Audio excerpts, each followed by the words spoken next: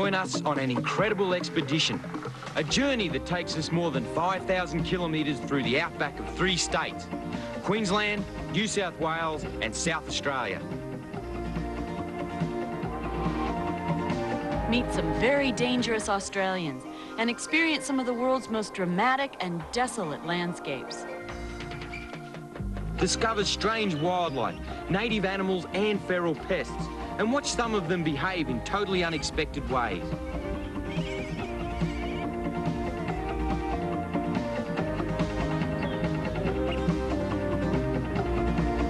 In this 2-part special, we find areas of desert changing from parched sand to flood and see the effect it has.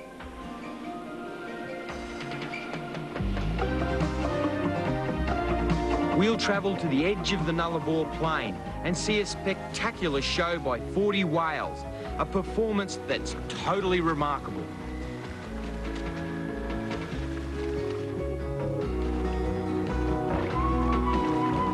We're here in southeast Queensland, and this is the start of the dingo fence.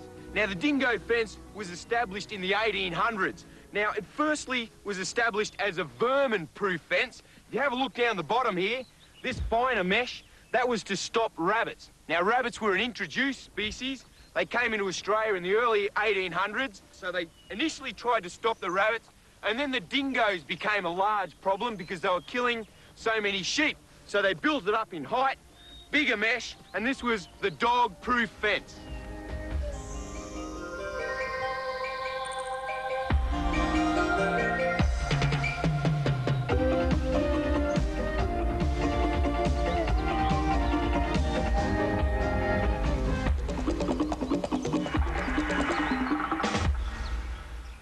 This is the start of the fence that stretches over 5,000 kilometers. Our journey will take us 2/3 of the distance across the continent.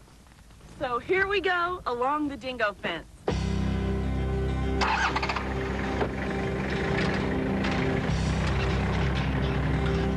This is believed to be the longest man-made barrier in the world, almost double the length of the Great Wall of China.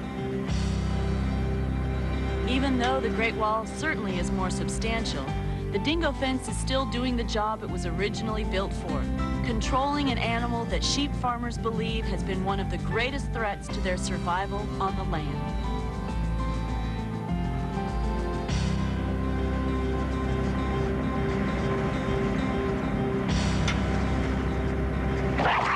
When you see how dingoes fight over a few scraps of food, you can appreciate just how tenacious these predators can be.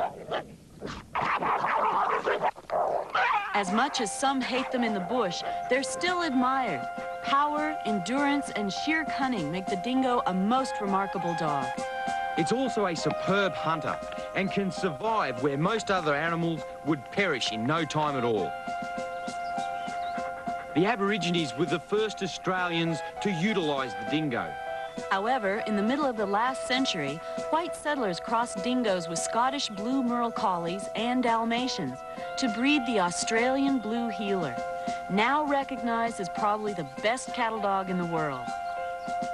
A dingo's colour can range from almost pure white right through to black, but this is the most common colour and the one people most easily recognise.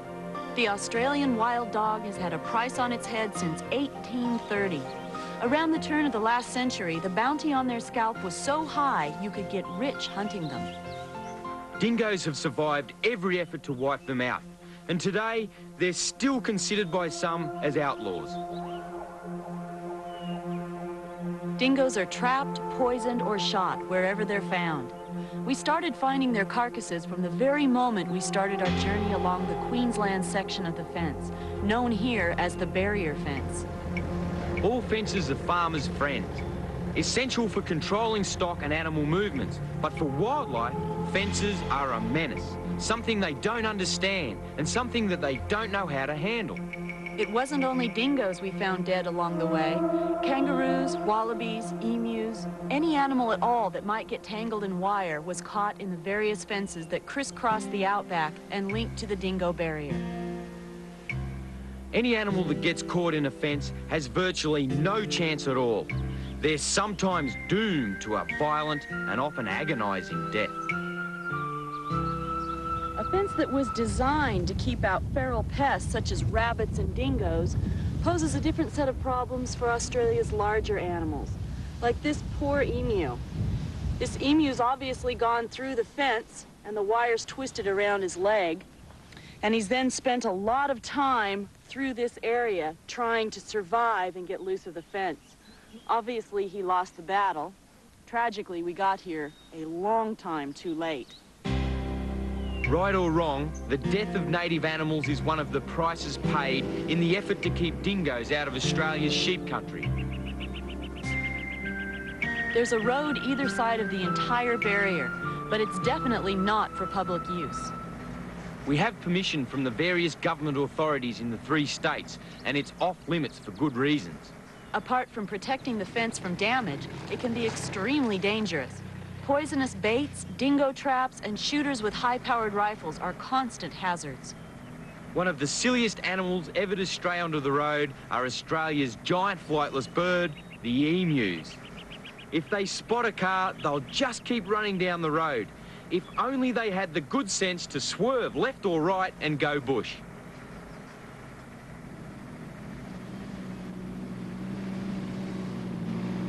Driving through the night, Steve's experienced eye catches the slightest glimmer of light reflecting back from an adjoining fence, the eyeshine of a trapped animal. Ted, just stay there. He's going to stress out of his head. Okay. Yeah, quick. Grab him, grab him. Grab the he's got... You got him? Yeah, I got him. What is he, a little swampy. cattymelon? Oh, swampy? Yep. You got him, babe? How'd you do this? You've been dragging this around for a while. You're gonna have to cuddle him, babe. You'll have to nurse him up. Come here, sweetheart. Oh, goodness sake. You really So if you can got just messed up. wait there, I'll just get the pliers from the truck. When an animal is caught like this, the instinct is to struggle, and usually that ends up entangling them even further. Is he bleeding at all? I can't. He's only just old enough to be on his own. It's okay, honey. It's okay. Oh, he's definitely strong. Yeah, gee, I wonder how long he's been carrying this around. Let me rearrange him. Oh, you hide your head. Okay, hold him steady. Have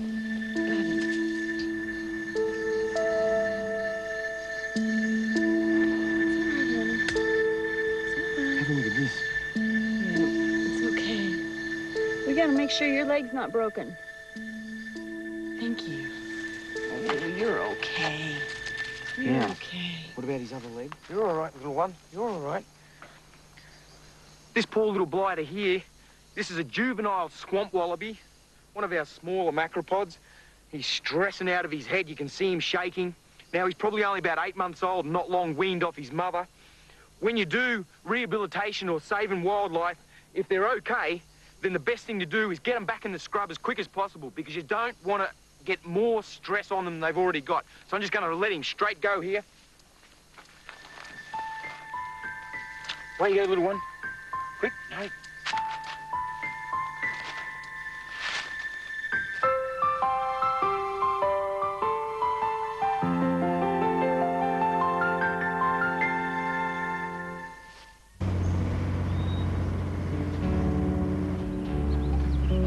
The battle against the dingo costs millions of dollars a year.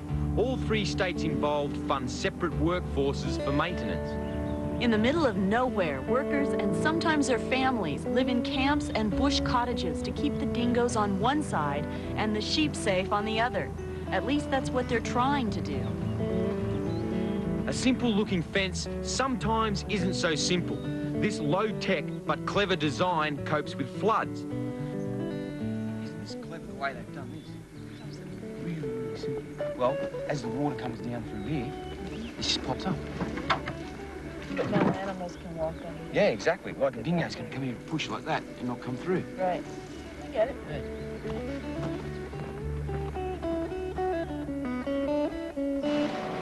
Some farmers believe the fence is the difference between profit and bankruptcy. They say that one dingo may kill a dozen sheep when one would be enough to eat. And without this maintenance work, their flocks would be decimated. When the fence starts to get too old, it's a better proposition to bulldoze the worn section and build a new fence rather than try to repair rotten posts and rusted wire.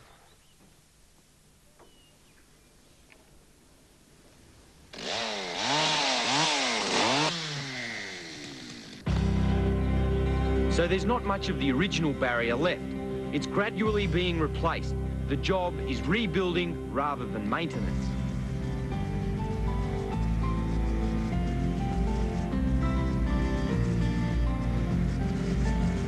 Because the fence line is a well-used animal track, it's an obvious place to use other methods of controlling dingoes.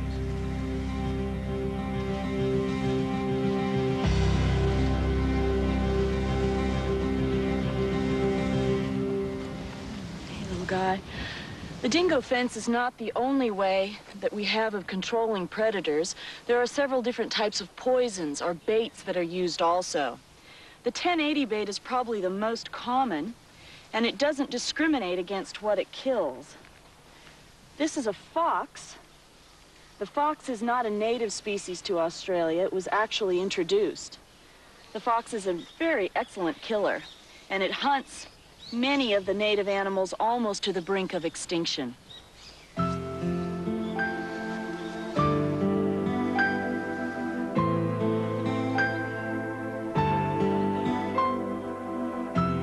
We have to be very careful travelling this maintenance track, even in the best conditions. But if the weather turns bad, it can be very treacherous. We're heading towards the Bulu River, and if those rain clouds turn out to be more than just a passing shower, we could end up trapped on the floodplain.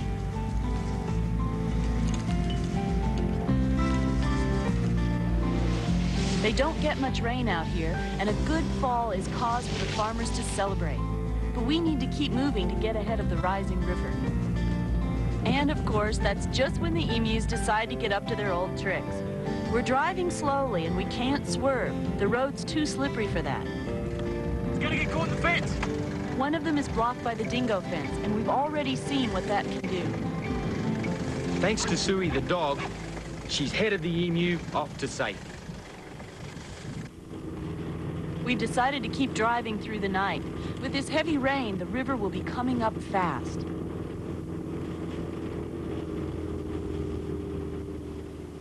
Today the rain's eased, but the ground has been turned into one big skid pan.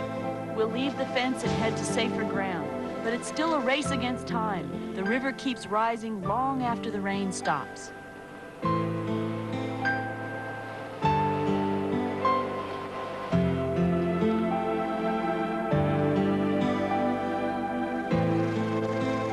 haven't decided the water.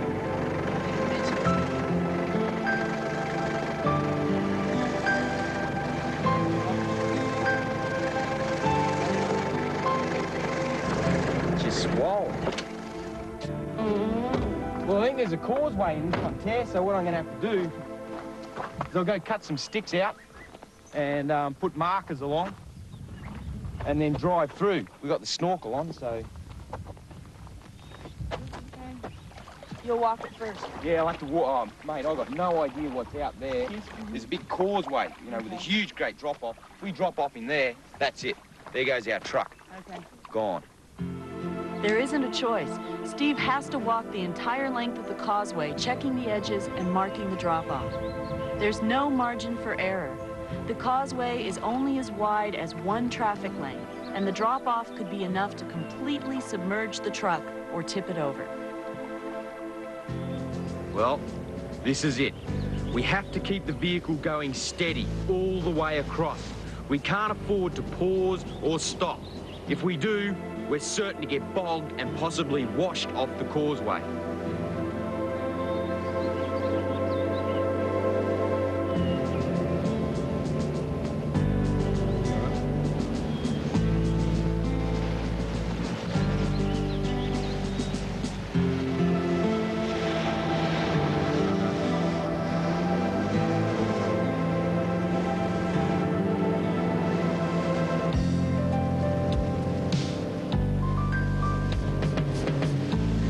With the worst of the floodwaters of the Bulu River now behind us, we can head back to the dingo fence and carry on the adventure.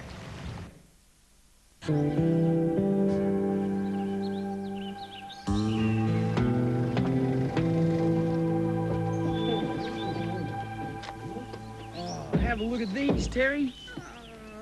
Aren't you guys cute? Aren't you a little cutie? Hey, you've got short legs. Oh, you've got a big mouth, and look out, Terry, he's stiff as a board. He's stiff as a board, he'll bite you. These little devils we've got here, this is a male and a female shingleback. Now, they're skinks, and they live in some of the most arid parts of Australia. You can see along their body, they've got those very hard, shell-like scales on them, and that's to conserve water. They're a very rugged little creature, very short legs, very slow moving. Oh, you wouldn't bite me, would you? You guys wouldn't bite me, would you? Oh, you would. Would you? How about you? You would. Easy to tell they're a skink because they've got a very thick, fleshy tongue. Beautiful little animals. Absolutely glorious. I think they're in love. I think they might be. Are you chasing this little girl down here? You're a funny little lizard.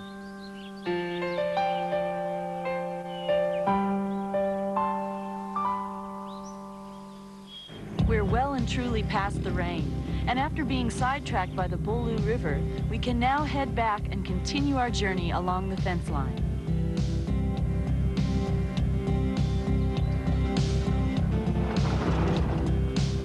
The Queensland section of the dingo fence was the last to be built. And when the final piece of mesh went up in 1960, the world's longest fence was finally completed.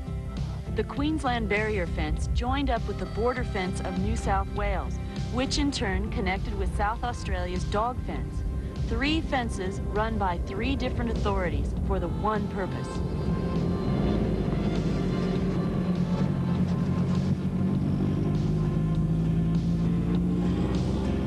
It's easy to look at it and wonder why an animal would attempt to cross. It looks exactly the same on both sides. You can explain the dingoes wanting to get through. There's sheep on the inside of the fence. But what about other animals, the vegetarians? It could be as simple as the nearest water hole. They can smell the water, but they can't get through. Wildlife have also developed complex migratory patterns that have been completely disrupted by the fence line. Here's another dead emu, literally thousands along this section of the fence. Poor buggers, they've gone through pretty harsh times. Pretty obvious cause of death for this one here. Broken leg. His leg's been snapped. Probably in a weakened condition, maybe a stampede. Hit the fence too hard. Bit of a shame.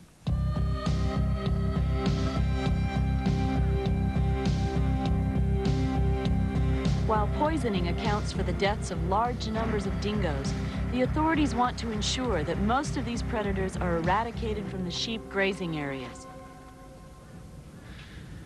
This is a dingo bitch, full-grown dog.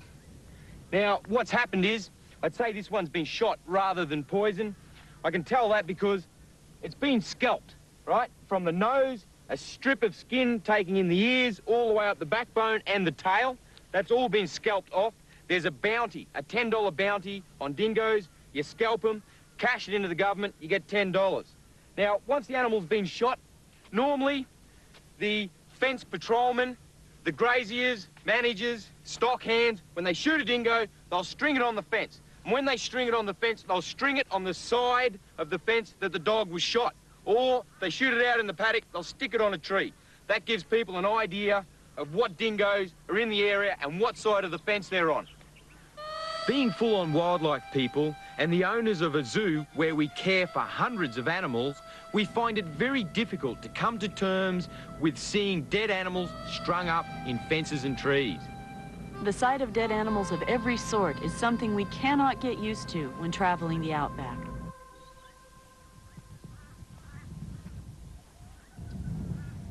What a shame. There's a stack of animals get caught up in the barrier fence. Here's a little willy wagtail. Got his head caught in between the 2 chunks of wire. Real pity. Even with this relentless campaign against the dingo, it doesn't seem in danger of extinction, unlike two animals that held the dingo's territory before its arrival. The Tasmanian tiger and the Tasmanian devil were both common on the mainland of Australia. These carnivorous marsupials were no match for the power of the dingo, and now only the devil survives, and only in Tasmania where there are no dingoes.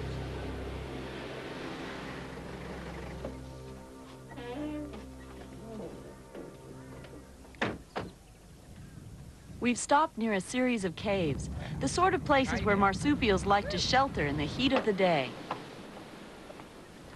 I'd go round if I was you. Okay. Gee whiz.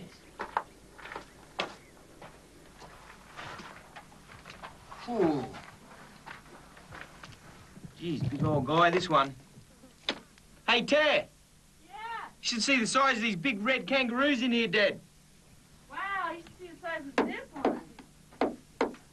Stiff as a board. Yeah, this is a big guy. A couple of them here. Great big one. Hey, red kangaroos too. So obviously they've lived in this cave.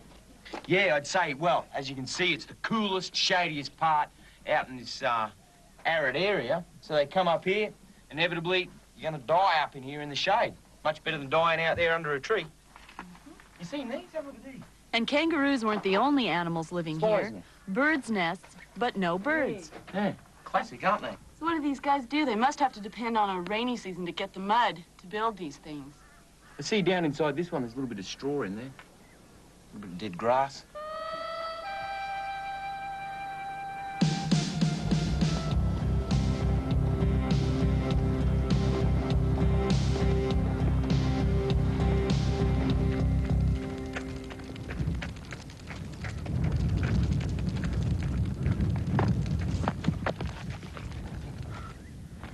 Oh, look at you! Are you a bit naughty? Are you a little bit aggressive? What we've got here, this is a bearded dragon. I mean, this is the central version. They don't get quite as big as the ones on the coast. Bearded dragon, you can see why they're called a bearded dragon. They've got this little beard here, and when he gets all cantankerous, all cranky, well, you've got a big mouth too. He opens up his mouth and shows this beard, and that's a sign of toughness. I am so tough, stay away from me or I'm going to bite you. Oh.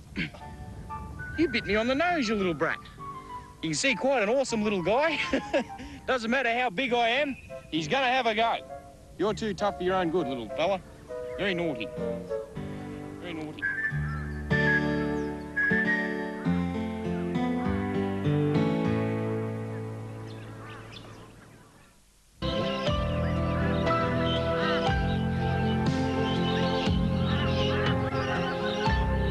Budgerigars are one of Australia's most widespread parrots and probably the world's most popular pet bird.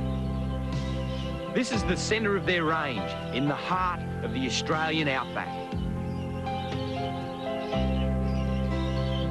These tiny birds are feeding on grass seeds. When conditions are favorable, they breed up into enormous flocks. At times, there are so many you can hardly see the sky. But when they perch in trees, they blend straight in with the leaves. Getting a close look needs the zoom lens of a camera or a pair of binoculars. Budgerigars are extremely nomadic. They'll travel a long way in these huge flocks to descend on a good feeding spot or in search of a waterhole. This is remarkable synchronized flying. It's like they form one creature, twisting and turning in precise formation. Because there is no traffic, spotting wildlife and getting close is fairly easy. They're not used to seeing humans, so there's little fear. We're no danger to them. You can see here, here's another dingo, a juvenile, only a youngster, this little one. It's been scalped for its bounty. Up here, you've got a really interesting picture.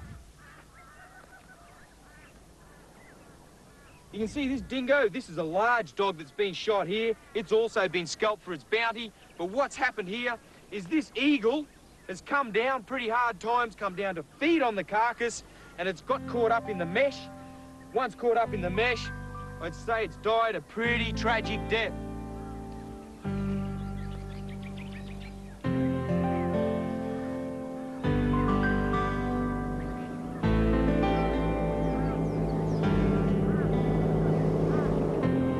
This is one group of animals that won't end up tangled in the fence. Most stock animals have too much horse sense, developed over countless generations of domestication. We're now leaving Queensland and moving into New South Wales, the section of dingo fence known as the border fence. It follows the line of the New South Wales state borders with Queensland and South Australia. It's an unbreakable law in the bush. When you use a gate, you shut it behind you. Or if it's open, you leave it open. Of course, the gate in the dingo fence is one that is always shut. The dingo fence, with the huge number of dead animals on both sides of it, attracts scavenging animals that feed on carrion. Practically every time we looked into the sky, there was a bird of prey circling overhead looking for food. Steve's pointing out the continuous dents in the mesh made by wildlife as they hit the fence at high speed. And these little fellas are another pest the sheep farmers would dearly love to eradicate. Rabbits have outnumbered sheep and eaten their pasture for much of the last 100 years. And nearby, another pest, the fox, an animal that lives very well here by hunting the rabbits. The problems caused by rabbits are enormous. They go for the best pasture and can wipe out plant species in a whole region. They compete with sheep for food and destroy native animals' habitats.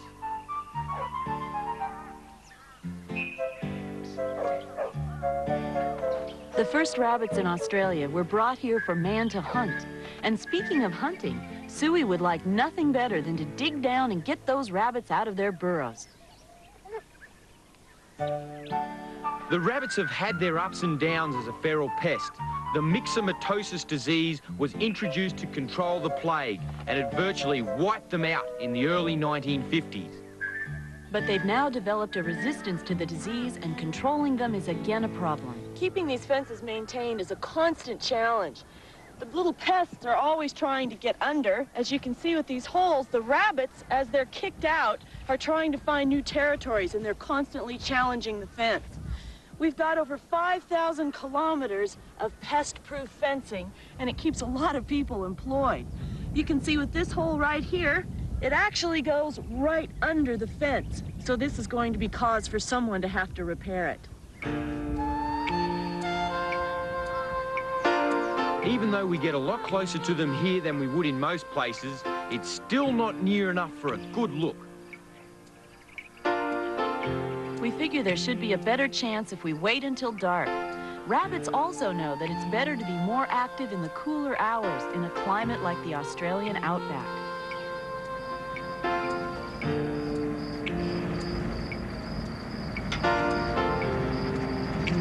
Like many animals after dark, the rabbit can be momentarily stunned by a strong light.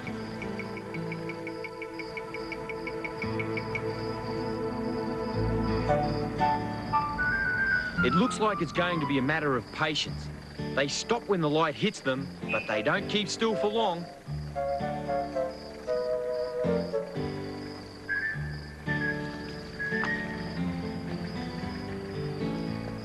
Oh, another one that got away. The whole history of the rabbit in this country has been one story after another about how they got away. Although domestic rabbits came with the first fleet, wild rabbits were deliberately introduced into Victoria in 1859. And of course, they got away. By the 1880s, the rabbit plague had reached Queensland. They now think someone carried the rabbits north. And of course, they got away too.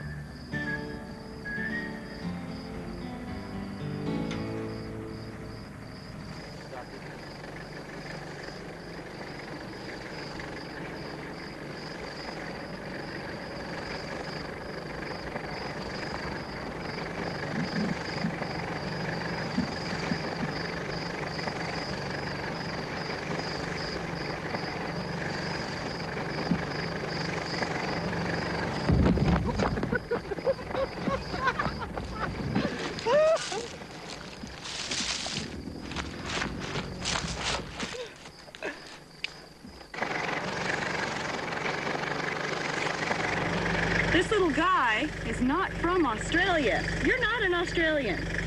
This little guy is actually from Europe and was imported over here in the 1800s and has done quite well for himself. In fact, that's why originally the dingo fence was built. It was actually, in the beginning, a rabbit fence. You are quite a good breeder too, and they've spread throughout Australia, causing a lot of problems.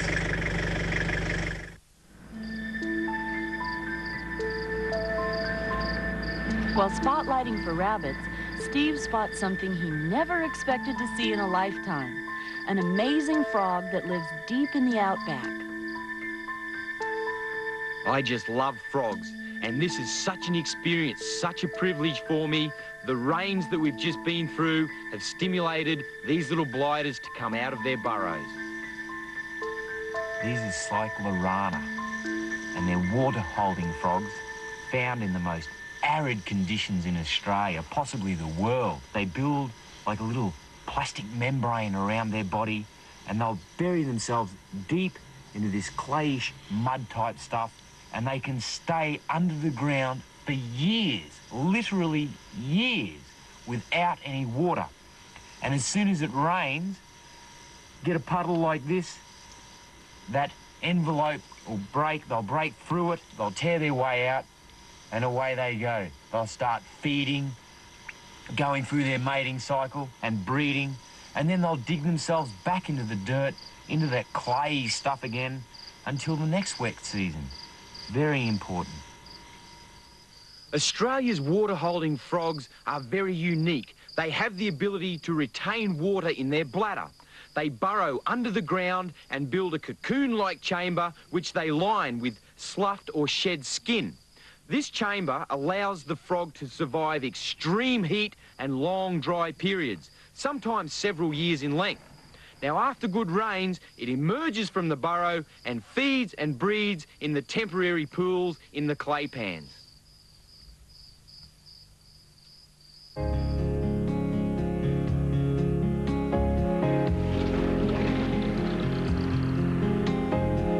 Water lying around here in one of Australia's most arid regions came from somewhere else.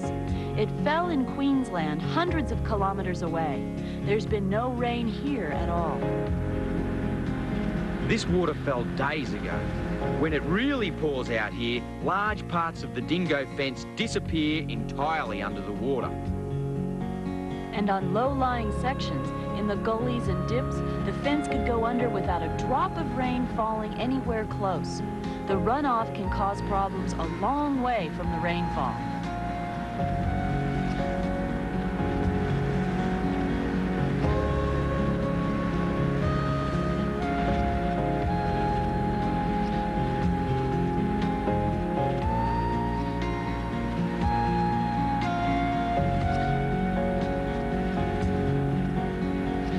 This is one of the rare sights of the outback.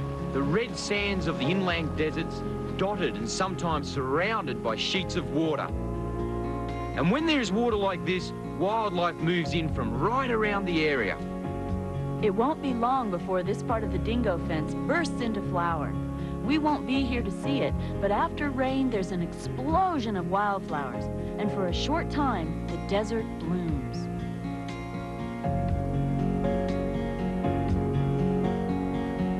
It looks like this kangaroo is trying to outrun us.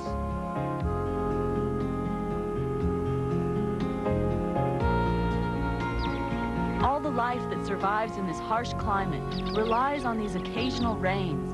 The water won't last long, so the wildlife takes full advantage of the few short days before the water evaporates in the outback heat.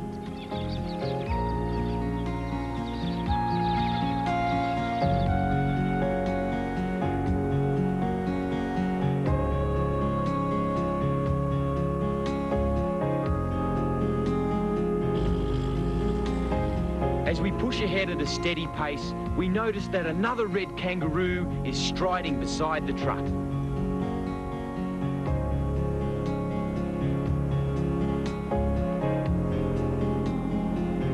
We decide to stop so Steve can take some photos.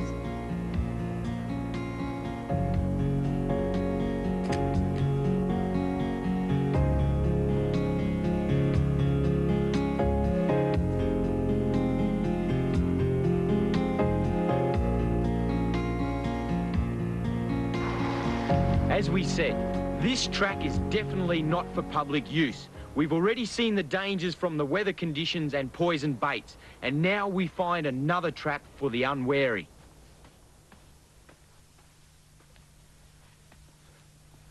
This is a set leg hold trap. She's ready to go. Something puts its foot on that pressure pad, whammo, off it goes. Now this chain that comes off it, that goes to a weight buried down in the sand, such that when the animal's trapped, it can't pull that weight away. So it's trapped here, easy for the trapper to find the animal. Now these things are extremely dangerous, very, very dangerous. You imagine your foot gets stuck in there, it's going to inflict a lot of pain and perhaps even some breakages. These things are wild. And that's why it's very important that you don't go mucking around on the dingo fence. These things are in place, and the general public should be aware of them. Don't come here. Dingo scalps are left to dry in the sun before being handed in for the bounty. The dingo dies quicker when trappers smear strychnine on the claws of the trap. The natural instinct is for the wounded dog to lick at its trapped leg, getting the poison in its mouth. Strychnine poisoning follows and death comes rapidly.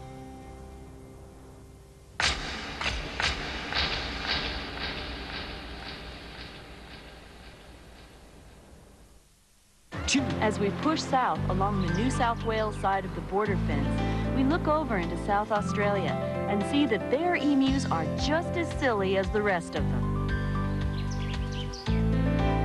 This part is maintained by New South Wales, and it's the shortest section of the dingo fence, just 584 kilometres. On the South Australian side, another sign reminds us that traveling the dingo fence is not your everyday drive in the country. If you wonder about whether the fence does the job it was designed for, look at the location of sheep stations in Australia. Very few of them are outside the fence. Some have tried to set up on the wrong side of the barrier, but most give up very quickly. It's marginal country anyway, and farmers accuse the dingoes of tipping the balance. Crossing back and forth into South Australia, this is the only section of fence with a name describing what it is for, the dog fence. A wedge-tailed eagle watches from his roadside perch. These kings of the outback skies are one of the few native predators that would have any chance of taking a dingo pup.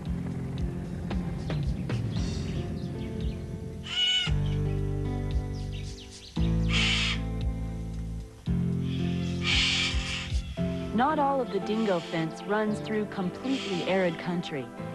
There are a few spots like this one, a lake on the South Australian side of the border. It really is an oasis in the desert, and when we came through, there was an incredible variety of bird life making use of such a large stretch of water.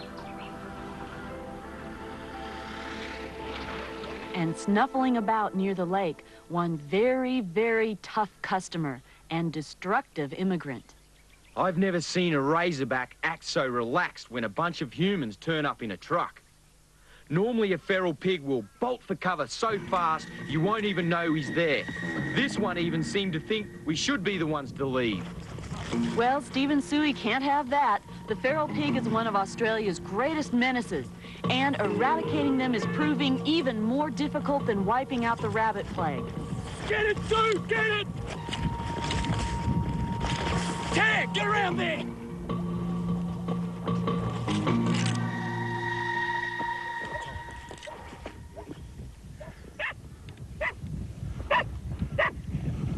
Shit, that's a big pig.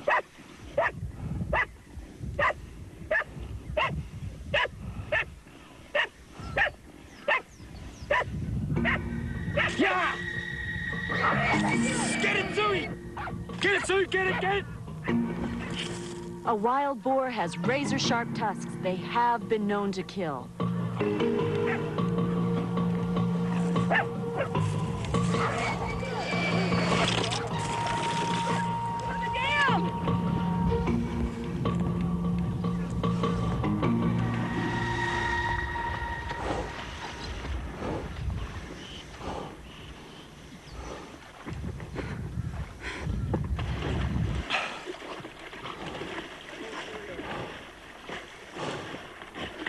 the size of them. Get up and now, come on, Sue.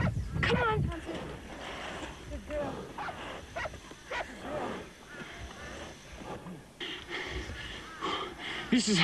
This is a feral pig, an introduced species. They're devastating in Australia, where they're not native to. A lot of people hit them, sports shoot them, they eat them.